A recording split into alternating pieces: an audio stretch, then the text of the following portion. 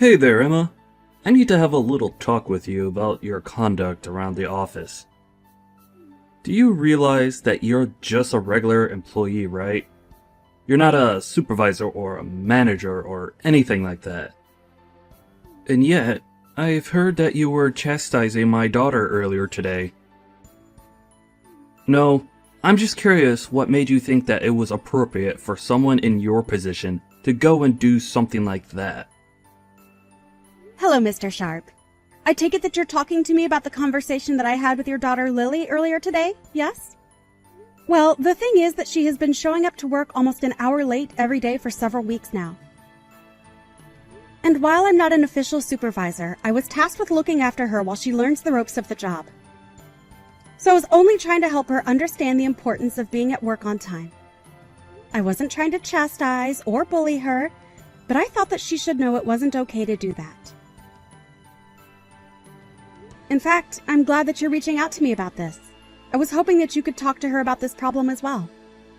What in the world are you talking about? You have got a lot of nerve even trying to talk to me, your boss, in that way. I'm sorry, did I say something wrong? I really wasn't trying to step on anyone's toes. It's just that I was told to show her the ropes. And now my daughter is absolutely furious. Tell me, do you talk to my daughter in that same condescending tone when you try and show her the ropes? You should know that I'm her father, and I know very well that she's a capable worker who doesn't need someone of your standing telling her what to do. I'm sorry, but are you telling me that I shouldn't have told her to stop showing up to work so late every day? I'm the head of this division. Don't you think I'm already aware of when people are showing up on time and when they're late? If I had a problem with my daughter showing up late, then I would say something about it. Didn't that thought ever even cross your mind? I'm sorry, I'm really confused here. Are you telling me that you're okay with your daughter acting this way around the office? I'm telling you that you have got a lot of nerve thinking that you can go and yell at my daughter about how to do her job. You're nothing but a little peon in this company. You're a replaceable worker drone who seems to have forgotten their place. Mr. Sharp, I'm really sorry if I've done something wrong. I didn't mean to overstep my authority, but I don't think there's any need to talk to me like this. I only told your daughter what I said because I was tasked with showing her how things work around here. Can we please just calm down and try to think about this a little more rationally? I mean, would you be okay with any other employee showing up that late? You've warned plenty of others not to be late. I was only taking after your example. I don't care what you thought you were doing. The fact of the matter is that you talked to my daughter like that and now she's upset. So clearly, you don't know how to handle helping other employees if all you do is make them cry. What did you even say to her that made her so upset? Mr. Sharp, I really don't know what to say to this except that I feel that this anger is really uncalled for. I really don't think there's any need for you to get this upset over what I said to Lily. And I'm sorry, but I still don't understand why you're even this upset with me to begin with. I was asked to oversee Lily as she starts working here. I have seniority over her just by virtue of how long I've been in the office. I really can't see how I did anything that would be considered inappropriate given my position in the company. Well, it sounds to me like someone needs to remind you of how things work around here. Or are you just gonna keep up this backtalk until I have no choice but to fire you? Are you really threatening to fire me just over this? I think that's a little extreme, don't you? But if the problem you're having is that I was the one who spoke to your daughter about being at work on time, then maybe you could talk to her about this problem. I think she would be more likely to listen to you anyways. Does that sound agreeable to you? Oh, so now you're trying to tell me what to do as well? You really just don't know when to shut your mouth, do you? Okay. I see that I've misspoken, and I'll make sure that nothing like this happens again. I'll return to work now.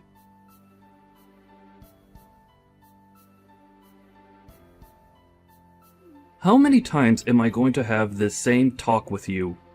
Huh? Well, last time was just that. As of today, you are fired from this job. Mr. Sharp, are you really going to fire me like this?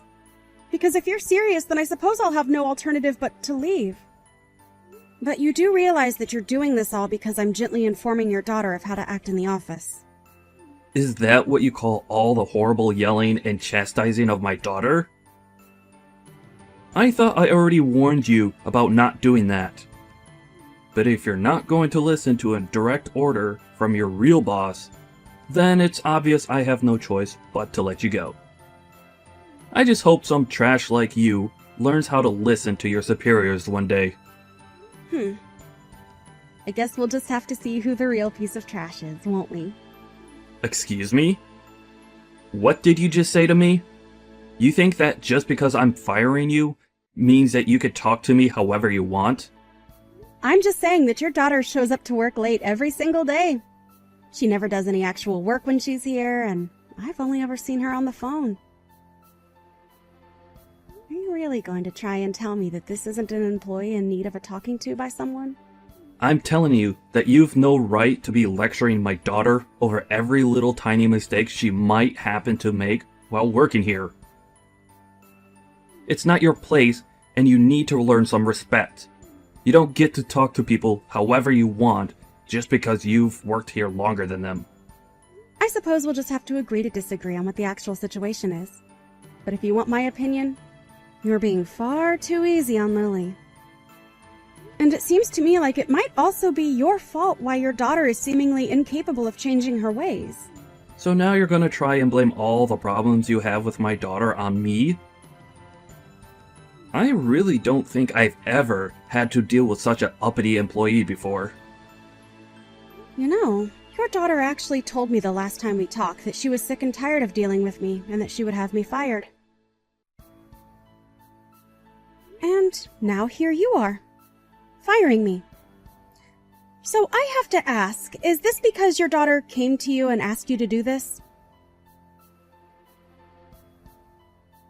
And if she did she ever bother explaining to you why it is that she was being talked to by me in the first place? Oh, this problem is much bigger than just you and my daughter now. If you really think that you could talk to your boss the way that you've been talking to me, then it's clear that there's just no place for you here. I don't ever want you to even step foot into this office building again. Do you understand me? You are fired effective immediately. Well, okay then. If that's your final decision, then I won't spend any more time arguing my case. May I ask what you're going to tell HR and our managers about my firing? Because I think it might be difficult for you to merely be doing this because of how I treated your daughter. So, I'm just curious how you're going to present your case against me to the higher-ups in our office. And just why in the world do you think I would type out everything I'm going to say to them here for you to read? I'll find a good excuse to tell them that will make them all go along with my decision. I'm in charge of this department, and what I say goes. The only person at fault here is you, for daring to try and argue with me after I warned you to stop going after my daughter. I'm sorry, but I really think that I've been very calm and collected this whole time. The only one throwing around insults and using aggressive language here is you. Oh, why am I even bothering to talk to someone that I've already fired? Can't you just shut your mouth, pack up your desk, and leave already? I already told you that I never wanted to see you again. Okay then. I understand. If this is how things are going to be, then I'll leave the office today. Finally! At last you realize that even when fired, you still have to listen to me. I'm the boss in this part of the office, and my word is law. You wouldn't stop scolding my daughter, and now you're going to pay for ignoring a direct order from me. Now, get out of here and never ever come back. I understand. I also understand that you're incapable of seeing things objectively and that you're not suited for the position that you have. So, you should know that you are going to regret doing this. I will make sure of that. You're telling me that you're going to try and make me regret firing you? And just what do you think you can even do against me now that you're fired, huh? Besides, I'm in charge here, so what I say goes. It's literally impossible for me to make a bad call because I'm the one who's in charge. Yes, you are the one in charge, and that's what's going to come back to bite you. Anyways, I'll be taking my leave now.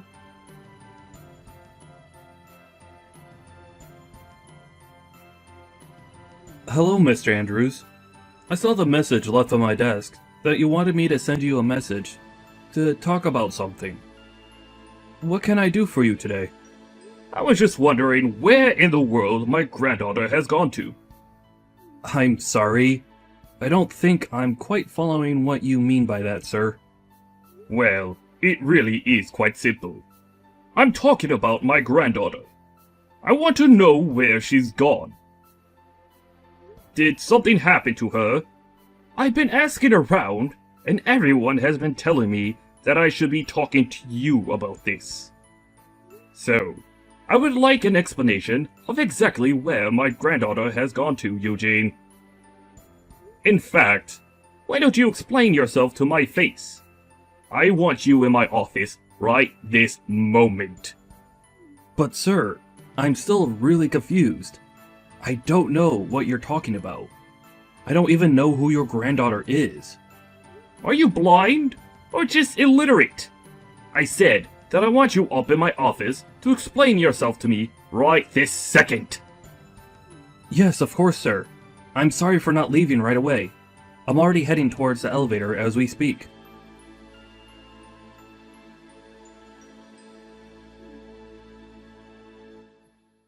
What do you want now? You've already fired me, and I've already left the building. If I didn't leave anything there, I don't know what we could possibly have to talk about. Emma, this isn't about you being fired. Well, it kinda is. Look, I just wanted to say that I'm very sorry about the way I treated you the other day. I may have overdone things just a little bit. I was hoping that we might be able to talk in person a little bit. Do you have some time where we could meet up to do so? Well, someone's attitude seems to have changed quite a bit now, hasn't it? Did something happen to bring about this change of heart? Again, I would just like to profusely apologize for the way that I was talking to you the other day. And I would also like to take this chance to invite you back to your position in our company. I had no idea that you were the granddaughter of the head of the company. Oh, I see. This is all because you finally figured out who I really am. Is that it? Please, you have to come back to work for us. Your grandfather ordered me to bring you back to the company at once. Nah, I'm good. Thanks for the offer, though. What do you mean? You mean that you won't come back to work for us? You don't want your job back? I don't really see what the big deal is. I mean, I only left the company in the first place because you were telling me to. And now you're going to come back to me just 3 days later to try and beg for me to come back? But I apologized for what I said. I really didn't mean to fire you. It was all just one big mistake. You have to forgive me. Your grandpa actually just came back from a long business trip, and when he arrived back to the office, he was really upset. He demanded that I go into his office, and he started yelling at me, asking about where you were and where you had gone to. It was only then that I realized who you really were. I really had no idea about any of this, so please, you have to forgive my ignorance. Well, of course you didn't know about who I really was. After all, I was hiding my identity for just about everyone. Well, then that just shows that I was truly acting out of ignorance. I really had no idea at all that you were directly related to the head of the company. So please, I'm begging you, again, to come back. Your grandpa is very upset that you were let go from the company. Let's make something clear. I wasn't just let go. You fired me from the company, remember? I don't think my grandpa is upset. I think you are. Well, yes. Okay, I suppose I am the most upset out of everyone here. So please, you have to come back. I'm begging you. I'm sorry, but I've already given you my answer, and it's not going to change. I won't be going back to work there. You can go back all you want, but the fact of the matter is that I was fired. I can't just go back. I'll have that you were fired erased completely from your record. It won't show that as having happened at all. There's no reason why you shouldn't be able to return. We can pretend like nothing ever happened at all, and you can just go back to your old position. Not only that, but if you come back, I'll apologize to you in front of the whole staff. I'll even talk to my daughter and make sure she knows that she needs to work just like everyone else does. So you mean to tell me that you could have done that this whole time, but you're only choosing to do so now? You know, if you had just done that from the start, then you wouldn't be in trouble like you are right now. But like I said, it's too late to try and change things now, so why don't you just give up already? Please, you have to come back. I'm begging you. Please don't say no to this. If the company president finds out the truth about how and why you were let go, then things are going to get really bad for me. Well, yes. I suppose if my grandpa knew how you were treating his staff, he would get quite upset. And you should also know that I'm his favorite granddaughter. Of course, even when I started here, he warned me that I wouldn't be given special treatment just because of that. You have to believe me when I say that I really had no idea about any of that at all. I'm terribly sorry for the mix-up. You really don't have to apologize to me anymore, you know. I already told you that it's not going to change anything. If anything, the company would be better off losing you and your no-good, lazy daughter. You don't need to talk about my daughter like that. But why shouldn't I when it's the truth? Of course, you're not better than she is when it comes to the way you both treat people. Please, don't you think you're being just a little too harsh right now? I know that you're the CEO's granddaughter, but still. I'm only giving you my honest opinion about the two of you. And I know that if my grandpa knew the truth about the two of you, that he would fire you both on the spot. And he knows how to pull enough strings to make sure that you never work in this industry again. He wouldn't really do that, would he? I mean, I've been working for this company for almost 30 years. He wouldn't take all that away, would he? 30 years is nothing compared to the decades of life that my grandpa has put into this company. Of course, I didn't mean to imply otherwise. But that's just another reason why my grandpa has so much sway in the business. You might want to kiss the chances of you ever getting this high of a position in a company like this ever again. Please don't do this. Surely we can work something out. You have to understand that I'm a father. I have a family to take care of. That excuse might have worked on me if not for the fact that you clearly haven't raised your daughter right at all. And when she started working here, she was like the spitting image of you and all her awful attitude. I hid who my family was so that I could be treated equally in the office. You were encouraging your daughter to act however she wanted because of who she was. Please, you really do have this all wrong. If I had only known who your grandpa was, then I would have never talked to you the way that I did. You have to know that I would have never said the things that I did. I would have never done any of this at all. I'm so sorry for everything. So I'm begging you, one more time, please come back. And I am telling you the same answer one more time. Not going to happen. Please, I'm asking as your supervisor to come back and work for us again. You aren't actually going to turn down a request from your superior, are you? You still think you're my superior? How can that be when I don't even work for you anymore? The moment you fired me, you lost any power or influence you had over my life. But, please, just do as I say this one time. That's all I need. You really expect me to just act like nothing happened between us at all? That's ridiculous and unrealistic. I really don't have time to carry on with this stupid conversation any longer. But if you don't come back, then I'm going to be in serious trouble. Don't you get that? If you don't come back, then both Lily and I might end up getting fired because of this. You have to come back and save us. You'll get your job back too. Everyone is going to win if you do this. You're acting as if I would have anything real to gain by helping you. But you're only asking that I come back to save your own skin. You were the one that fired me, and now you will have to live with that decision. I told you from the very start that you were being unreasonable and that you'd regret this. Now, if this is all that you have to say to me, I would appreciate it if you just left me alone instead. Please don't do this, Emma. I'm begging you. You have to come back. You have to save us. I'll even make Lily apologize to you. We're both begging you to come back. And I'm telling you that you can keep your worthless apologies to yourself because I don't want them. Anyways, enjoy what time you have left at the company. I may be fired, but at least I'll be taking the two of you on my way out. And good luck ever trying to find a job for you or your daughter in this town again.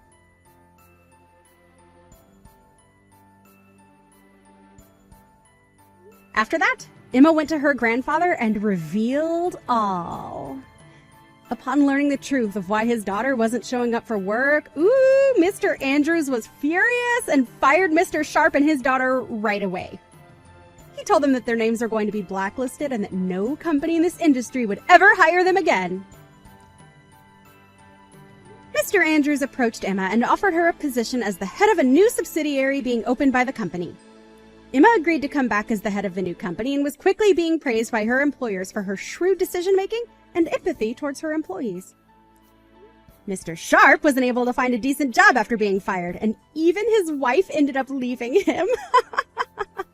In his mid-50s and jobless, Mr. Sharp and Lily had no choice but to take on several part-time jobs just to try and make ends meet.